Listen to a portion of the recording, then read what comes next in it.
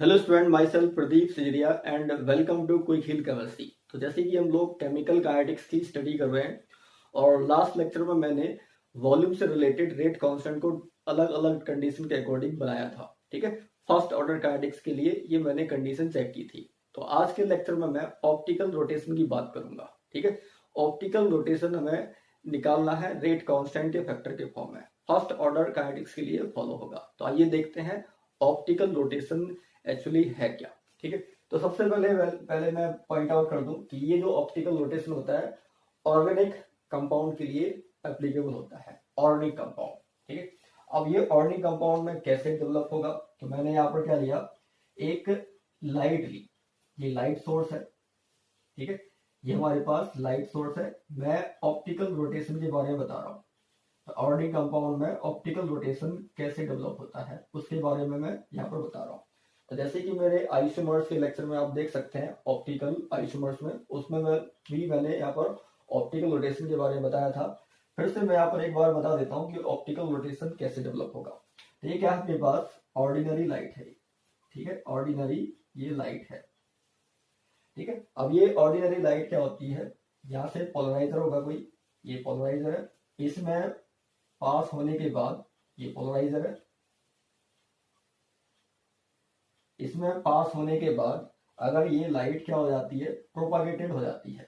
ठीक है, प्रोपागेटेड हो जाती है। ये ऑर्डिनरी लाइट है, सभी डायरेक्शन में ये ट्रेवल करेगी पोलराइजर के थ्रू। अगर ये क्या होती है, परपेंडिकुलर हो जाती है, इसको बोलते हैं प्रोपागेटेड, इसको बोलते हैं plane polarised light, plane polarised light. अगर ये पोलराइज्ड हो जाती है, प्लेन पोलराइज्ड हो जाती है, मतलब प्रोपागेटेड हो जाती है, जिसको हम लोग पीपीएल प्लेन पोलराइज्ड लाइट बोलते हैं। ठीक है, परपेंडिकुलर हो जाती है, होने के बाद एक ट्यूब यहाँ पर रखा जाता है जिसमें ऑर्गेनिक सॉल्यूशन होगा। ये ट्यूब होगा जिसमें क्या होगा, ऑर्गेनिक सॉल्यूशन होगा। इसमें पास होगी अगर ये PPL plane polarised light organic solution में पास अगर होगी, होने के बाद अगर वो, ठीक है, होने के बाद अगर वो परपेंडिकुलर जो थी, ठीक है, परपेंडिकुलर थी, अगर वो परपेंडिकुलर थी तो ऑर्गेनिक सॉल्यूशन में वो पास होने के बाद अपनी डायरेक्शन चेंज कर दे। अब परपेंडिकुलर नहीं रहे, ऐसी होनी चाहिए थी, अब ये ऐसी नहीं आएगी, क्या हो जाएगी, कुछ एंगल ये रोटेट कर देगी, या तो वो क्लॉकवाइज, ये अपने पास रेफरेंस है, या तो वो क्या होगा क्लॉकवाइज कुछ एंगल रोटेट कर देगी क्लॉकवाइज, या कुछ एंगल रोटेट कर देगी एंटी क्लॉकवाइज। ठीक है, तो क्लॉकवाइज एंड एंटी क्लॉकवाइज, तो ये दो रोटेशन यहाँ पर पॉसिबल हो जाते हैं। मतलब पीपीएल जो थी परपेंडिकुलर थी, कुछ एंगल रोटेट हो जाएगी क्लॉकवाइज, या कुछ एंगल एंटी क्लॉकवाइज रोटेट हो जाएगी। तो यही जो एंगल है इसी को बोला जाता है ऑप्टिकल रोटेशन। ठीक है, अब ये ऑप्टिकल रोटेशन कैसे हमें देखना होगा, तो इसके लिए मैं इसको अपना जो पार्ट है ऑप्टिकल रोटेशन, इसको मैं बोल लेता हूँ, ये क्लॉकवाइज जा रहा था, क्लॉकवाइज जा रहा था, और इस साइड ही क्या जा रहा था, एंटी क्लॉकवाइज जा रहा था। तो यहाँ पर दो चीजें आती हैं, एक क्लॉकवाइज और एक एंटी क्लॉकवाइज। ठीक है, तो क्लॉकवाइज को नाम दिया जाता है डेक्स्ट्रोफॉर्म और एंटी क्लॉकवाइज को नाम दिया जाता है लीगोफॉर्म। मैं यहाँ पर लिख भी देता हूँ, ये डेक्स्ट्रो मतलब राइट और लाइवो मतलब लेफ्ट। तो राइट साइड और लेफ्ट साइड ये प्रोपागेटेड होती है। तो ये सब एंगल जो ले रही है, ये एंगल क्या कहलाता है, ये एंगल जो ले रही है, ये एंगल अपना ऑप्टिकल रोटेशन कहलाएगा। ठीक है, इसको हम लोग स्पेसिफिक रोटेशन की फॉर्म में निकालते हैं, फिर कंसंट्रेशन और जो ट्यूब लिया है उसकी लेंथ से वेरी कराते हैं। ठीक है, तो जैसे कि कंसंट्रेशन यहाँ पर सॉल्यूशन की रहेगी और ऑप्टिकल रोटेशन रहेगा। तो जैसे कि हमारा केमिकल काइनेटिक्स में कंसंट्रेशन का जो पार्ट है वो मैं पहले केस में प्रेशर से रिलेट कर रहा था, दूसरे केस में वॉल्यूम से रिलेट कर रहा था। अब ये जो केस है इसमें मुझे ऑप्टिकल रोटेशन से रिलेट करना है, मतलब कंसंट्रेशन को ऑप्टिकल रोटेशन से रिलेट करना है।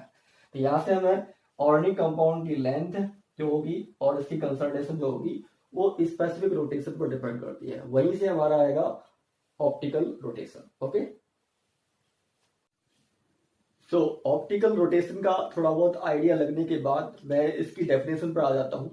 तो जैसे कि मैंने यहाँ पर लिखा हुआ है, there are organic compound which have a property of rotating a plane polarised light, जैसे कि मैंने अपने एक्सपेरिमेंट में शो किया था। ठीक है, in a particular direction by a particular value, the compounds are called optically active compounds. तो सबसे पहले बात यह आ जाती है कि जितने भी ऑप्टिकल एक्टिव कंपाउंड होंगे उनमें कहीं ना कहीं अपना ऑप्टिकल रोटेशन होगा, ठीक है, पर्टिकुलर एंगल कुछ ना कुछ होगा, ठीक है, और उसी से ही हमें क्या करना है, ये ऑप्टिकल रोटेशन डेवलप करना है। तो जितने भी ऑप्टिकल एक्टिव कंपाउंड है उन्हीं में ही हमें ऑप्टिकल रोटेशन दिखाई देगा। अब बात ये आती है कि ऑप्टिकल एक्टिव कंपाउंड के अंदर मैं ऑप्टिकल रोटेशन कैसे लूंगा। तो मैंने यहाँ पर एक एग्जांपल दिया है बेहतरीन जो अपने सिलेबस में है। One reaction in which an optical active substance is converted to some other optical active substance is inversion of cane sugar. तो जब भी हम लोग केन शुगर का इन्वर्जन करते हैं तो उसमें जैसे कि केन शुगर जो है वो ऑप्टिकल एक्टिव है, तो इससे जो पार्ट बनेगा, जो प्रोडक्ट बनेगा वो भी क्या होगा, आपके पास ऑप्टिकली एक्टिव ही होगा, मतलब वो प्लेन पोलराइज लाइट को रोटेट करेगा। केन शुगर भी प्लेन पोलराइज लाइट को क्या करती है, रोटेट करती है, मतलब कुछ ना कुछ ऑप्टिकल रोटेशन रखेगी। सिमिलरली इससे जो प्रोडक्ट बनेगा वो भी क्या करेगा, प्लेन पोलराइज लाइट को रोटेट कर पाएगा। तो जो जैसे कि यहाँ पर लिखा हुआ है हाइड्रोलिसिस ऑफ केन शुगर, ठीक है, या सुक्रोज या शुगर। तो सुक्रोज का जो केमिकल फॉर्मूला है वो है C12H22O11, ठीक है, ये अपने पास क्या है, सुक्रोज है, इसको शुगर भी बोलते हैं, सुक्रोज। इसको मैं हाइड्रोलिसिस कराऊं, पानी के साथ बिठाऊं, एसिडिक मीडियम यहाँ पर प्रोवाइड किया जाता है, ठीक है, तो ये बनता है ग्लूकोज। तो ग्लूकोज C6H12O6 ये ग्लूकोज में चलेगा, और C6H12O6 ये दूसरा फॉर्म है, इसको बोलते हैं फ्रक्टोज। केमिकल फॉर्मूला सेम होता है, जब मैं स्ट्रक्चर बनाता हूँ तो वो स्ट्रक्चर डिफरेंट कराएंगे। तो C12H22O11 को पानी में जैसे ही डालेंगे, मीडियम एसिडिक है, तो ग्लूकोज और फ्रक्टोज में डिसोसिएट हो जाता है। तो मैं रिएक्शन को कुछ ऐसे लिख देता हूँ थोड़ी देर के लिए। ये सुक्रोज था S, ठीक है, पानी में डाला मतलब H2O, मीडियम है H पॉजिटिव, तो किसमें गया ग्लूकोज मतलब G, और फ्रक्टोज मतलब N। इस टाइप से मैंने इसको इंटीग्रेट कर दिया अभी, ठीक है। अब जैसे कि मैंने बोला है कि सुक्रोज जो है वो क्या है, ऑप्टिकली एक्टिव है, ये भी क्या करेगा, प्लेन पोलराइज लाइट को रोटेट करेगा राइट साइड या लेफ्ट साइड, ठीक है, मतलब कुछ ना कुछ ऑप्टिकल रोटेशन ही रखेगा। ये भी क्या है अपने पास ऑप्टिकली एक्टिव, ये भी क्या है अपने पास ऑप्टिकली एक्टिव, तो ये भी क्या करेंगे, दोनों प्लेन ऑफ पोलराइज लाइट को रोटेट करेंगे, मतलब कुछ ना कुछ ऑप्टिकल रोटेशन रखेंगे, ठीक है। अब इनिशियल लिंकेज हमें करना है ऑप्टिकल रोटेशन को कैसे, अगर मैं कंसंट्रेशन से रिलेट करूंगा, ओके। तो जैसे कि हम लोगों ने सुक्रोज का हाइड्रोलिसिस कराया तो ग्लूकोज एंड फ्रक्टोज बनाया, तो सुक्रोज, ग्लूकोज एंड फ्रक्टोज, ठीक है, ये अपना क्या होता है, ऑप्टिकली एक्टिव होता है। तीनों ही कंपाउंड अपने ऑप्टिकली एक्टिव हैं, और ऑप्टिकली एक्टिव क्यों कहलाते हैं, क्योंकि ये क्या करते हैं, प्लेन पोलराइज लाइट को अपने में से पास होने के बाद ये क्या कर देते हैं, रोटेट कर देते हैं, इसलिए इनको बोला जाता है ऑप्टिकली एक्टिव, ठीक है। अब जैसे कि ये ऑप्टिकली एक्टिव है तो दो फॉर्म यहाँ पर जरूर बनते हैं, एक डेक्स्ट्रो रोटेटरी और एक है लीवो रोटेटरी। डेक्स्ट्रो मतलब राइट साइड रोटेट करेंगे और लीवो मतलब लेफ्ट साइड रोटेट करेंगे। तो अब तीन सब्सटेंस यहाँ पर मेरे पास है, एक है सुक्रोज, एक है ग्लूकोज, एक है फ्रक्टोज। अब इनमें से कौन सा डेक्स्ट्रो और कौन सा लीवो है, तो उसकी इंफॉर्मेशन यहाँ पर है, तो आइए देखते हैं इसको। तो sucrose and glucose are dextrorotatory, जैसे कि बोला है, rotating the plane polarised light in right hand direction, and fructose, only fructose is laevorotatory, plane polarised light in left hand side, इस तरह से है। तो ये ध्यान रखें, सुक्रोज एंड ग्लूकोज कौन सा रोटेटरी है एंड फ्रक्टोज कौन सा रोटेटरी है, ठीक है। अब इसके अकॉर्डिंग जैसे कि हम जानते हैं all the three compounds rotate the plane polarised light by different angle, angle हमेशा डिफरेंट होगा, and their rotation is directly proportional to the concentration, ठीक है। अब मुझे देखना है कि ये रोटेशन जो होता है इनका वो डायरेक्टली प्रोपोर्शनल टू कंसंट्रेशन कैसे आता था। तो जैसे कि मैंने आइसोमर्स वाले लेक्चर में इसको क्लियरली बताया हुआ है, तो मैं फिर से बता देता हूँ। एक स्पेसिफिक रोटेशन डिफाइन किया था, ठीक है, जिसको मैं अल्फा से डिनोट करता हूँ, ये कहलाता है स्पेसिफिक रोटेशन। यहाँ पर लिया जाता है टी और यहाँ पर लैम्डा। स्पेसिफिक रोटेशन जो होता है वो लैम्डा मतलब वेवलेंथ पर डिपेंड है और टेम्परेचर पर डिपेंड है, स्मॉल टी यहाँ पर टेम्परेचर है। ये होता है अल्फा इक्वल टू, यहाँ पर लिया जाता है theta divided by l into c, ठीक है। थीटा यहाँ पर बोला जाता है ऑप्टिकल रोटेशन, ये अपने पास है स्पेसिफिक रोटेशन, इसको बोला जाता है स्पेसिफिक रोटेशन। थीटा है ऑप्टिकल रोटेशन, इसको बोला जाता है ऑप्टिकल रोटेशन, ठीक है। एल अपना है जो मैंने ट्यूब ली थी जिसके अंदर ऑर्गेनिक सॉल्यूशन था, ठीक है, उसमें प्लेन पोलराइज लाइट पास की थी, तभी वो रोटेट हुई थी। तो ये उसकी लेंथ है। यहाँ को मैं लिख देता हूँ length of the tube, length of the tube. C जो ऑर्गेनिक कंपाउंड लिया है उस सॉल्यूशन की कंसंट्रेशन है, ये कंसंट्रेशन को डिनोट करेगा, ये कंसंट्रेशन है। ठीक है, तो क्लियरली मैं बोल देता हूँ, अल्फा जो है स्पेसिफिक रोटेशन कहलाता है, थीटा ऑप्टिकल रोटेशन, ठीक है, या ऑब्जर्व रोटेशन भी बोल सकते हैं इसको। L length of the tube जिसके अंदर वो सॉल्यूशन रखा हुआ है, और कितना वो कंसंट्रेटेड है उस सॉल्यूशन की, ये कंसंट्रेशन है। ठीक है, तो यहाँ पर अगर मैं ध्यान दूं, ऑप्टिकल रोटेशन को मैंने थीटा से नोट किया, तो थीटा, ठीक है, और कई जगह इसको कैपिटल आर से भी नोट कर सकते हैं या स्मॉल आर से भी नोट कर सकते हैं। थीटा और आर ऑप्टिकल रोटेशन ही है, ठीक है। इसको ऑब्जर्व रोटेशन भी बोल सकते हैं हम लोग। ये अल्फा के साथ क्या मल्टीप्लाई हो जाएगा, एल सी, और ये कितना है अल्फा, ठीक है, ऊपर डी ए लेम्डा। इस तरह से इसको मैंने नोट किया।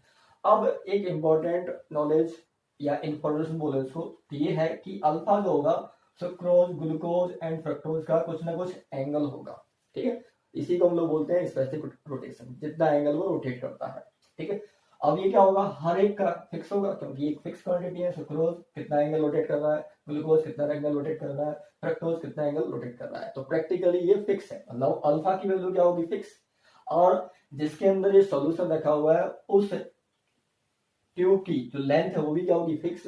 कंसंट्रेशन हम ज्यादा या कम ले सकते हैं, तो कंसंट्रेशन वेरी करेगी, ठीक है। तो ये दोनों क्या है, फिक्स है।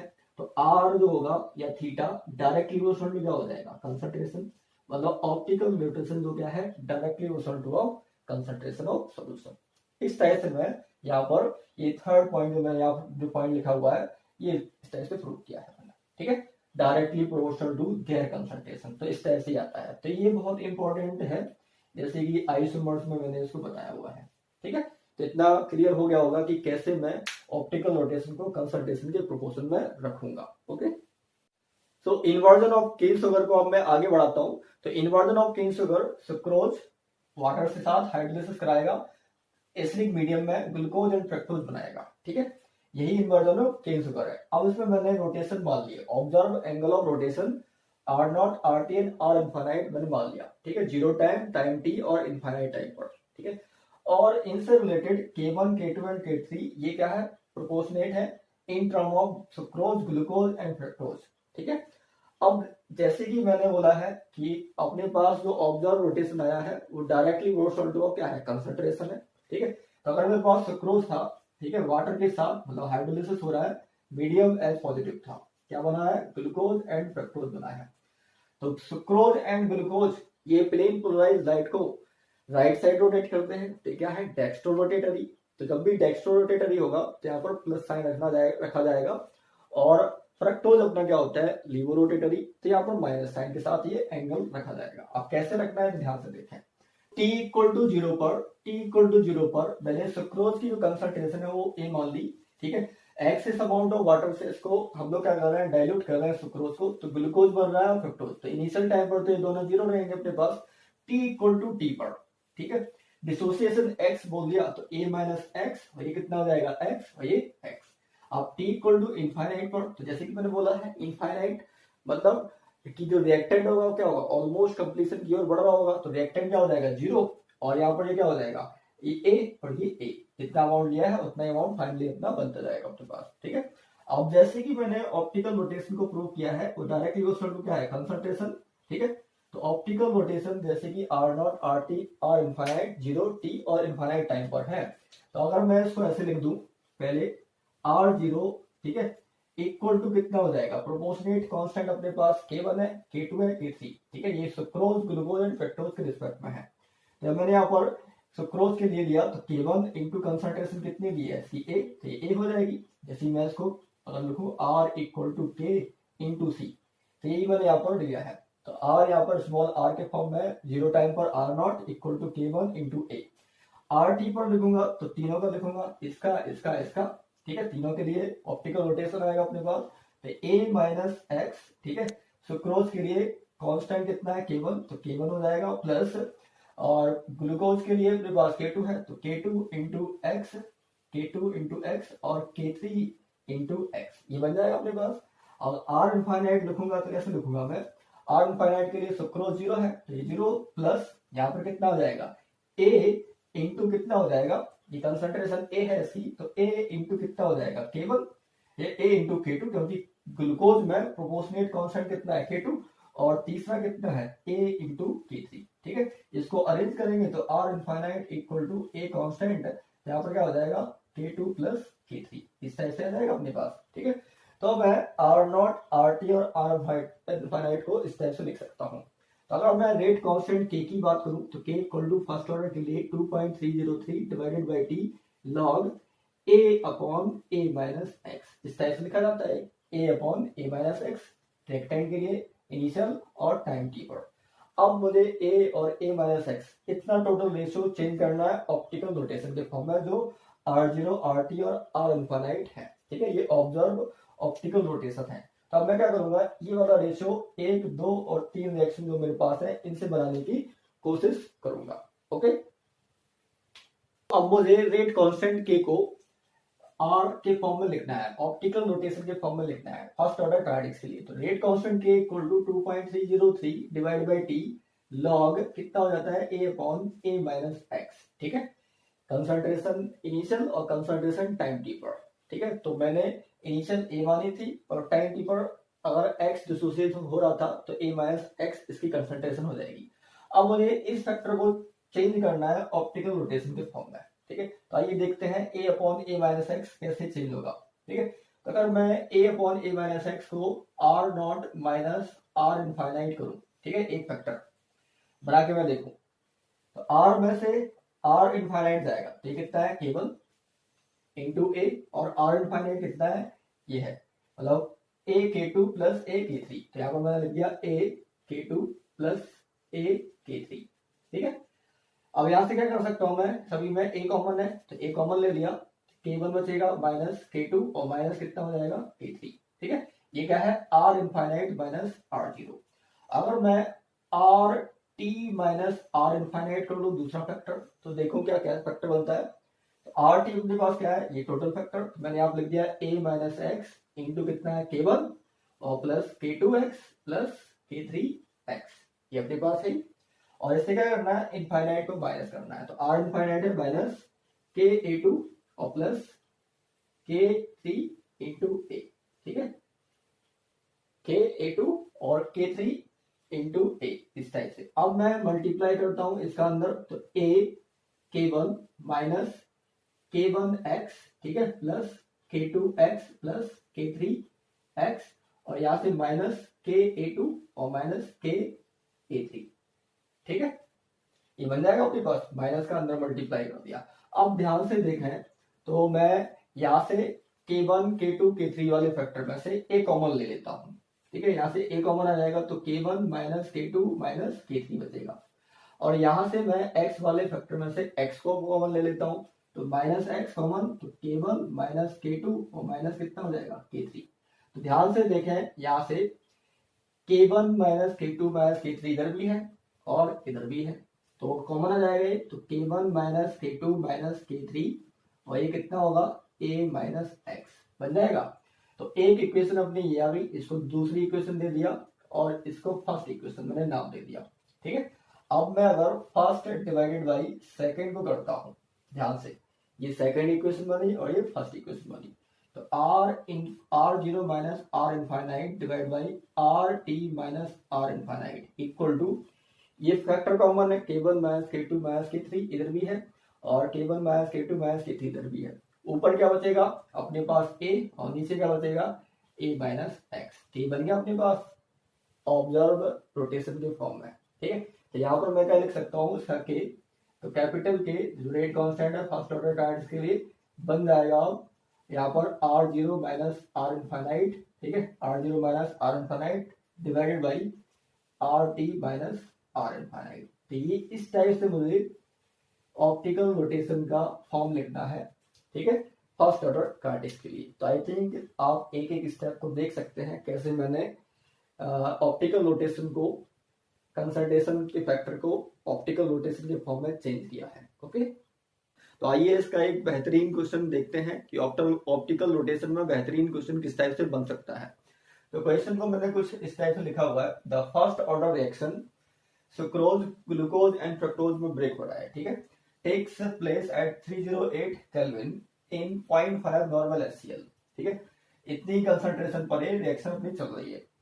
At time 0 the initial total rotation of the mixture is 32.4 degree, ठीक है, टाइम 0 पर जो रोटेशन है वो कितना है, टोटल रोटेशन 32.4 डिग्री का है। आफ्टर certain time है 10 minute, after 10 minute the total rotation is 28.8 degree. If the total rotation of sucrose per mole is 85 degree, that of glucose is 7.4 degree and fructose is minus 86.04 degree.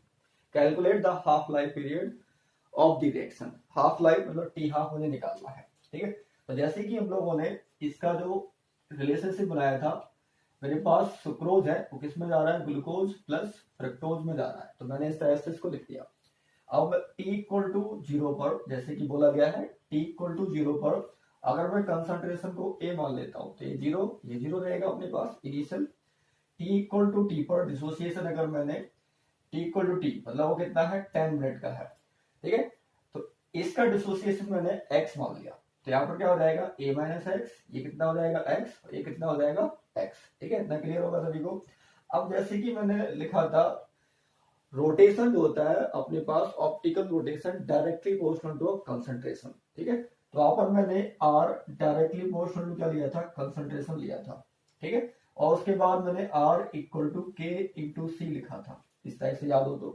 कि ये क्या है, proportionality constant है जो optical rotation पर मोल के बराबर ही रहता है यहाँ पर, ठीक है, जैसे कि यहाँ पर दिया है if the total rotation of glucose पर मोल इज 85 डिग्री, इतना दिया है, मतलब यहाँ पर मैं k जो है वो सुक्रोज पर मोल के लिए 85 डिग्री यूज करूंगा, मतलब मैं अगर बोल देता हूँ K1 जो रहेगा अपने पास, ठीक है, K1 जो रहेगा वो क्या रहेगा अपने पास 85 डिग्री पर मोल, ये पर मोल है, ठीक है, और K2 इक्वल टू कितना रहेगा, K2 इक्वल टू अपने पास कितना रहेगा, ग्लूकोज का 7.4 पर मोल, ये पर मोल में है, और K3 कितना रहेगा अपने पास, तो K3 अपने पास है माइनस 86.04 पर मोल, इस टाइप से, ठीक है। तो अब मैं ऑप्टिकल रोटेशन की बात करूंगा तो यहाँ पर मैं R क्या लिखूंगा 0, तो R0 इक्वल टू कितना हो जाएगा A इंटू कितना हो जाएगा K1, तो A अपने पास मैंने माना हुआ है कंसंट्रेशन, K1 कितना है 85, तो यहाँ पर क्या करूंगा 85, ठीक है, और RT कितना दिया है यहाँ पर, RT कितना हो जाएगा यहाँ पर a माइनस एक्स, ठीक है, a माइनस एक्स इंटू कितना होगा सुक्रोज का ऑप्टिकल रोटेशन, तो ऑप्टिकल रोटेशन कितना है 85, ठीक है, और यहाँ पर कितना आएगा प्लस दूसरा ग्लूकोज का x इंटू कितना हो जाएगा ग्लूकोज का अपने पास है 7.4, तो मैं यहाँ पर लिख देता हूँ 7.4 और प्लस x इंटू यहाँ पर फ्रक्टोज का कितना है माइनस 86.04, ठीक है, जैसे कि फ्रक्टोज जो है वो लीवर रोटेटरी है इसलिए इसका ऑप्टिकल रोटेशन कितना है माइनस में है, ठीक है। अब ये सब हमारे पास क्वेश्चन के अंदर कंडीशन दे दी गई है।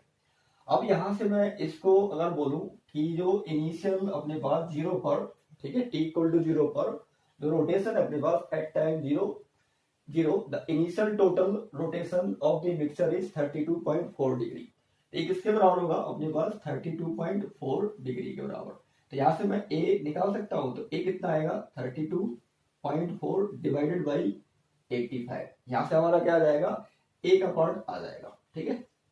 अब मुझे क्या करना है, a जैसे निकल चुका है, अब देखा दूसरी condition after certain time 10 minute पर the total rotation is 28.8 degree, तो RT की वैल्यू यहाँ पर कितनी दी है 28.8 इक्वल टू कितना हो जाएगा a माइनस एक्स, ठीक है, into 85 plus 74 into x minus यहाँ पर कितना हो जाएगा 86.04 इंटू एक्स, ठीक है। अब a की जितनी वैल्यू यहाँ पर रखेंगे तो यहाँ से कैलकुलेट होके आएगी, यहाँ पर रखेंगे और किसके लिए सॉल्व करेंगे x के लिए, x अपना जो आएगा 0.022 आ जाएगा अपने पास, सॉल्व करके आप देख ले रफ में 0.022 आएगा, ठीक है। जैसे हमारा x आ जाएगा तो जैसे कि हमारे पास फर्स्ट ऑर्डर के लिए टी हाफ जो होता है वो कितना होता है 0.693 डिवाइडेड बाई के के हमें चाहिए है, तो के कैसे जाएगा 2.303 divided by T log A upon कितना होगा a माइनस एक्स। ठीक है, तो a की वैल्यू हम लोग यहाँ से जो सॉल्व करेंगे वो यहाँ रखेंगे। ठीक है, x की वैल्यू हमारे पास यहाँ से आ चुकी है, x यहाँ रखेंगे। t हमारे पास कितना दिया है, t इक्वल टू 10 मिनट दिया है यहाँ पर, t इक्वल टू 10 मिनट यहाँ पर दिया है। ऐसे रखेंगे तो k आ जाएगा अपने पास। ठीक है, यहाँ पर सारी कंडीशन रख देंगे तो k निकाल देंगे। अब जैसे किया जाएगा तो k को कहाँ रखना है, यहाँ पर, तो अपना क्या आ जाएगा t हाफ आ जाएगा। ठीक है, तो कंडीशन के अकॉर्डिंग ही मैंने सारी कंडीशन जैसे भी क्वेश्चन में दी थी उनको मैंने अप्लाई किया और सारी चीजें एक करके फाइंड आउट की और टी हाफ निकाला। तो आई थिंक मैंने क्या स्टेप अपनाए हैं सभी को समझ में आ चुका होगा। ठीक है, आप देख सकते हैं वीडियो को पॉज करके जो भी मैंने बोला है। ओके, आंसर के देख लेता हूँ।